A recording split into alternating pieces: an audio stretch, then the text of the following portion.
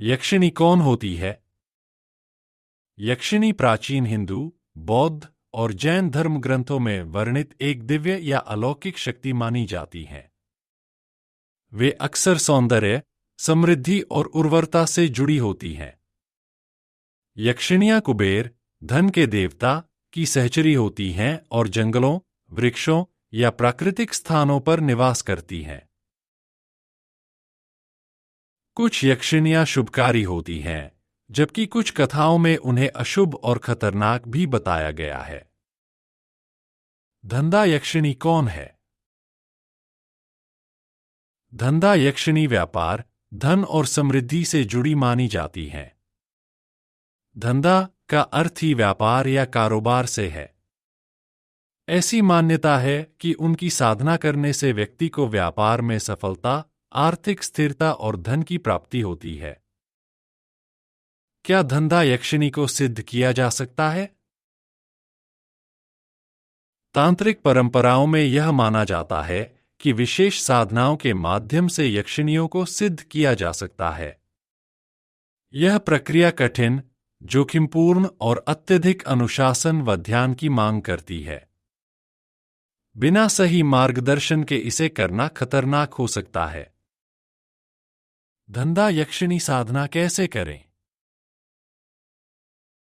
धंधा यक्षिणी साधना को सही तरीके से करने के लिए गुरु, तांत्रिक या साधना विशेषज्ञ का मार्गदर्शन आवश्यक है। यहां एक सामान्य प्रक्रिया दी गई है, लेकिन इसे करने से पहले गुरु से परामर्श अवश्य करें।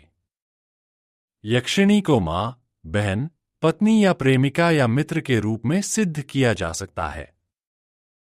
पत्नी या प्रेमिका के रूप में यक्षिणी जल्दी तो सिद्ध होती है, लेकिन यहां तरीका जोखिम भरा हो सकता है। एक तैयारी। गुरु का मार्गदर्शन। तांत्रिक साधना में प्रशिक्षित किसी गुरु से मार्गदर्शन लें। शुद्धता, मानसिक, शारीरिक और स्थान की पूर्ण शुद्धता बनाए रखें। स्थान, साधना के लिए एकांत, शांत स्थान चुनें। यह जंगल या किसी पवित्र वृक्ष, जैसे पीपल या बरगद, के पास हो सकता है। समय, अमावस्या या पूर्णिमा की रात को साधना करना शुभ माना जाता है। अवधि, यह साधना 7, 11 या 21 दिनों तक चल सकती है। यह गुरु के निर्देश पर निर्भर करता है। 2 आवश्यक सामग्री। यक्षिणी का चित्र या यंत्र। साधना के लिए धंधा यक्षिणी का यंत्र या चित्र। आवश्यक सामग्री: लाल या पीले फूल, फल और मिठाई, धूप बत्ती और कपूर, घी का दीपक, सोने या चांदी के सिक्के, धन का प्रतीक। मंत्र: गुरु द्वारा बताए गए विशेष मंत्र का उपयोग करें। यह मंत्र हजारों बार, आमतौर पर 10,000 या अधिक, जपने की आवश्यकता होती है। सिद्धि पूर्ण होने के बाद आपको यक्षिणी प्रत्यक्ष रूप में या अप्रत्यक्ष रूप में, स्वप्न आदि में दर्शन देंगी। 3 साधना के चरण। वेदी तैयार करें। यंत्र, दीपक और अन्य सामग्री को साफ सुथरे ढंग से सजाएं। मंत्र जाप: दीपक जलाकर और धूप बत्ती लगाकर मंत्र का नियमित जाप करें। यह 108 माला, जपमाला के गुणक में होना चाहिए। ध्यान के दौरान धंधा यक्षिणी की कल्पना करें और उनकी कृपा प्राप्त करने का निवेदन करें।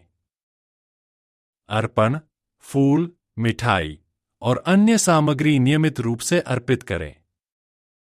फूल, मिठाई और अन्य सामग्री को एक मिट्टी के थाल में सजाएं और यक्षिणी के लिए 5 मूंगा क्रिस्टल और चंदन का इत्र, यक्षिणी के लिए 1 चुनरी, 1 कांगी, 1 आईना, लाल और हरी चूड़ियां।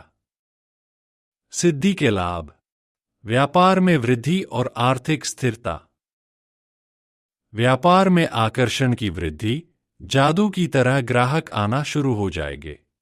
व्यापार में जादू की तरह माल आना शुरू हो जाएंगे या माल आने के स्रोत शुरू हो जाएंगे। कारोबार में आने वाली बाधाओं का अंत। जीवन में समृद्धि और सुख शांति। जोखिम और सावधानियां। मानसिक तैयारी।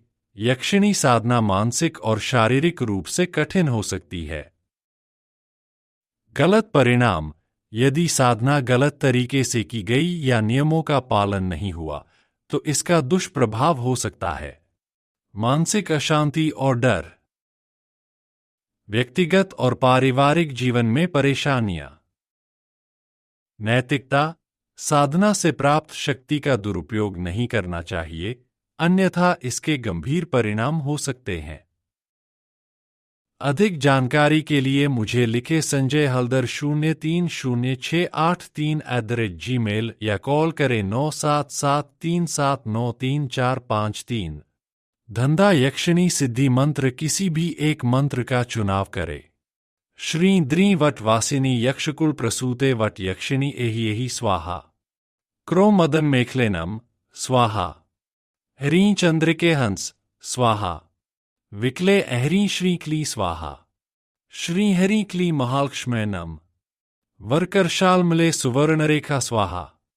ह्रीं प्रमोदाय स्वाहा। ह्रीं नखकोशिके स्वाहा। ह्रीं भामिनी रतिप्रिय स्वाहा। ह्रीं आगच्छ पद्मिनी स्वाहा।